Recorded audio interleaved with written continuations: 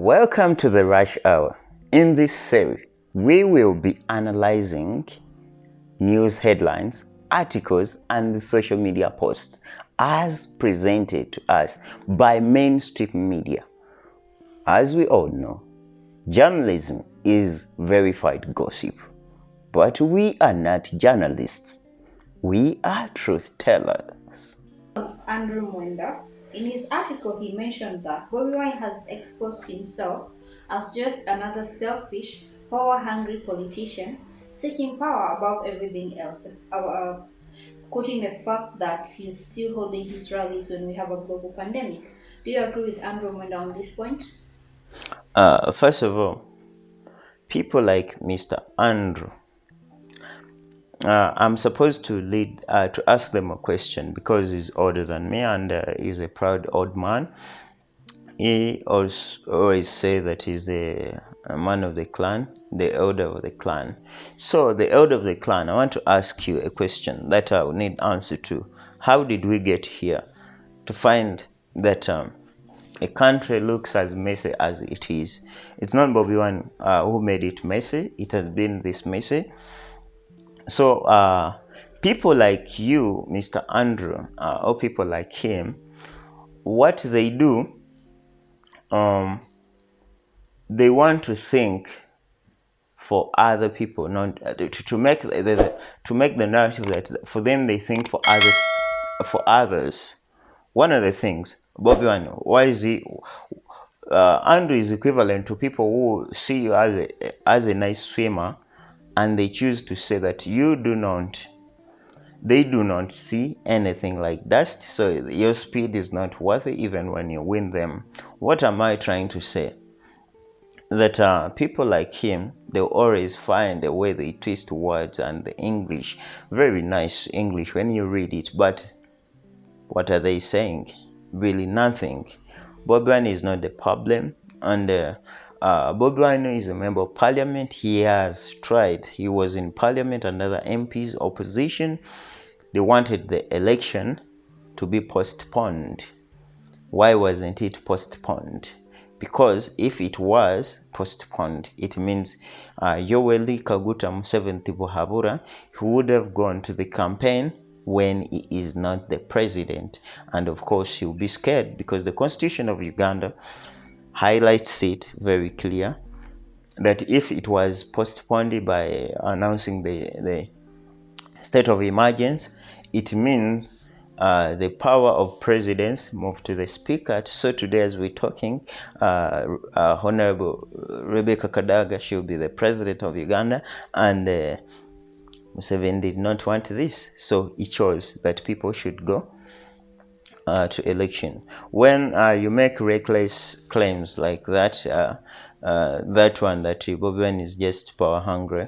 Bobby Wine, he composed one of the most popular coronavirus songs, right, in the world, but the same government refused that song to play on TV stations and radio stations, so that Uganda do not hear this voice. So what do you want Bobby Wine to do?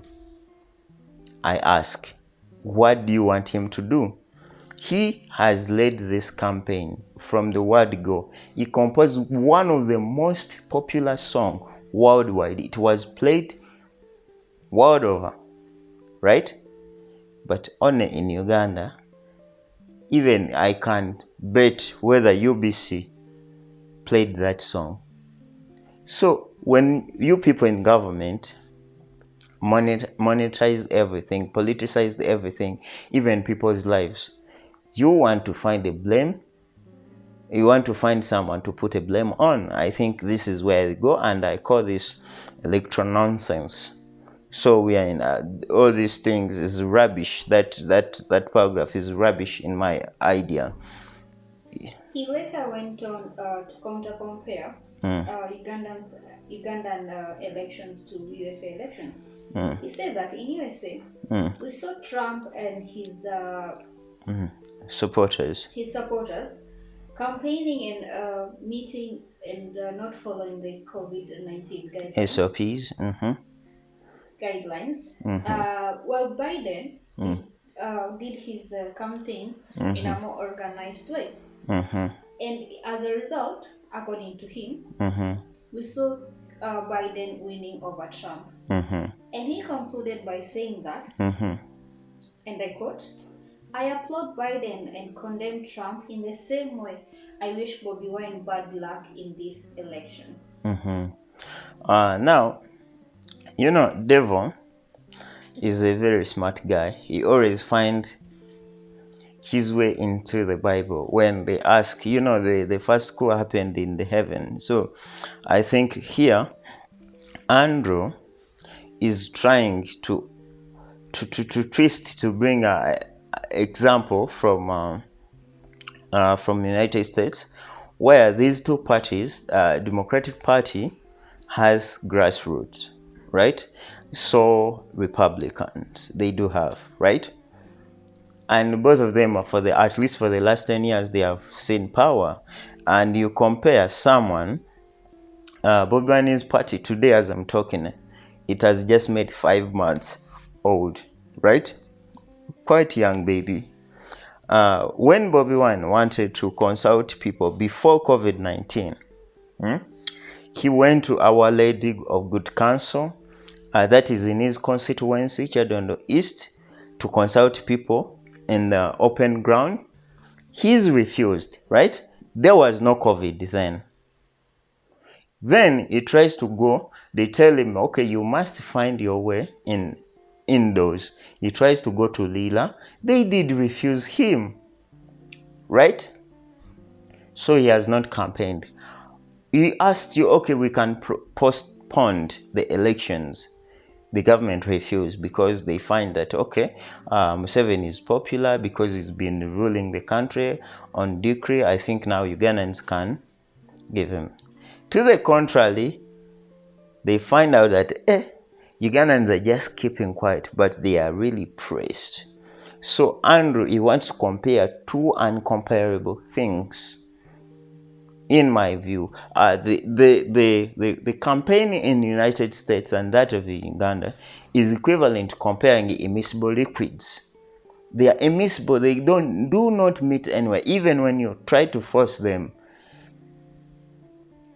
they will not. One is heavy. The bonds do not allow. For example, you can take oil and water. They will still stick away from each other even when you try as much as possible to heat, to mix it at the highest heat. So that example does not work in Uganda. And I find that, I don't know how I can term it. I'm yet to get the name to name that paragraph. In conclusion, on our last article today that we're going to look at, a team of 30 government officials, including Ministry of Work officials, Civil Aviation Authority officials, Ministry of Finance, and pilots, traveled to France to witness the ceremony.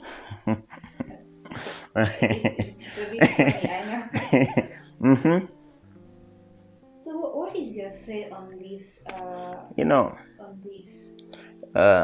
There's a gentleman who has said it repeatedly that for him to work in Museveni's government, he can work in public toilet. Now, when I read that and I see General Katumba Wamala in this whole thing, I think that gentleman is right. That to work in Museveni's government, someone who has worked in a public toilet is more peaceful. He enjoys more of his rights, and you look to be more sensible than working in a Museveni's government. He is not wrong. Do you know why he is not wrong? I just imagined and I asked myself different questions. Was it necessary? 30 people to go and witness. Were they pilots? Did they involve themselves in maybe how do we maybe to put on the spare parts to really witness? Did it really? And we are in COVID times, so France is one of the hit nations in Europe and worldwide. So I do not find any reason why these people did go to France. That is in first place. I will discuss the whole saga of the planes that Uganda. Okay, I'll come to that. Do you find any reasons why they had to go to France? To get the Airbus, which is meant to uplift the economy, To should they uplift the have? economy. Then I'll ask you, how many airports does Uganda have? Let us discuss that. How many? Since Idi Amin left Uganda, Uganda has remained with one international airport that it also looks like a village airport. You've traveled, I've traveled. I know you see airports. What people call airports. Do you find the Entebbe airport as a when I was traveling with someone, when we went there and asked me, one of the things he asked me that, okay, where are we? Then I'm like, we're in Entebbe International Airport. And then asked me, why there is no power? Then I asked, don't you see lights? Even lightning of the airport or the streets from the airport is dark. You understand? A lot of things. So, one Airbus, what is its capacity? How many Ugandans can afford to travel in that plane? Maybe to from one district to another. I think where Uganda is today, the people are investing in that so-called Uganda Airlines or whatever it is. They have forgotten one thing, that today, if British Airways is closed its route to Uganda, what does it mean? And you're a colony of Britain. What does it mean? It means there is no business there. Today, people do not invest in airlines as just flag carrier. We left that stage. That stage, it was when Idi Amin got Uganda 35 planes from one. When he went to Italy to tour, and then he finds out that there is a need to carry these cattle, he found a reason. Today, these guys do not have any reasons why they are to revamp again this business, because it is not a business. They try to be like it's a fragger carrier. Just, it is a loss. I did predict that this business is gonna be taking money out of Ugandans, the taxpayers' money, on and on and on. The whole thing is zero for me. Like, it is not going to work. First of all, if you want the airplane, the Ghana Airlines to work, you have to first improve the whole economy, revamp the economy, make people busy, improve the connectivity of the whole country so that people can move freely or using these planes from one point of Uganda to another. But that means you have also to improve the rail system, the whole transport system, connect Uganda from the road transport, then you go to the rail transport, think of air transport. That is the first thing. Uganda, first of all, has sold her routes before. South Africa to Kenya, Kenya to Nairobi to Entebbe, Entebbe to Kigali. Those routes are used by other airlines. So you think that buying this car extra, and I think is among the 3-5 planes that are going to be used. Today, we're in a pandemic where you need really big planes. You've seen when we travel, there is enough space where people sit. So this plane, when it is not supposed to be full capacity, how many people is it going to take, and at what cost? All those things. So the business is zero. Then fragger carrier, zero. Because Uganda now is known for things like this: intolerance in politics, things like this, hypocritical leaders, and things like bad leadership. That's what we're known for. That lowers your tourist attraction, the way you attract tourists. It reduces the rate and things like that. The whole thing, it is embarrassing. When I read that article, I was shocked, though the writer, she was just trying to report. She was a bit lazy, but I really don't know. That is Uganda. And guys, also, as we finalize this one, In a nutshell, today we have looked at four main articles. We have seen the Andrew Mwenda's article. We've seen the team of Zachi government officials article. We have seen the article in Museveni in Hoima, and lastly we looked at the group of youth wearing NUP attires and storming into NUP offices. What is your final word? Okay, my final word. You see, we opened up this channel. One of the reasons why we opened up is to really check, to be the checkpoint and the police post to arrest some of these people who misuse internet and misuse our media to come and lie to Uganda by telling gossip or to verify gossip. So basically, you tune in here to find truth on these things and our analysis so that you don't die of ignorance, things like that. So basically, we are treating or damaging the ignorance in these people's heads, and we do not intend to be apologetic. And if we, in any case, we mention you, not because we have any personal problem with you, but we just want to show the truth and to speak the truth because we are truth teller on this channel. So and finally, if you haven't subscribed, please subscribe to our channel, and please we release videos on a daily basis. Thank you so much.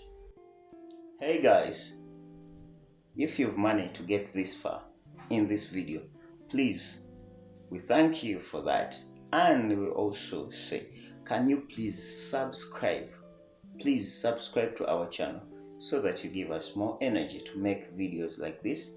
And please, we plan to get more programs and more people on this channel, but you have to give us that energy by subscribing. And near a subscription button, there is another arrow, which is a share button. Please, can you share our videos after watching?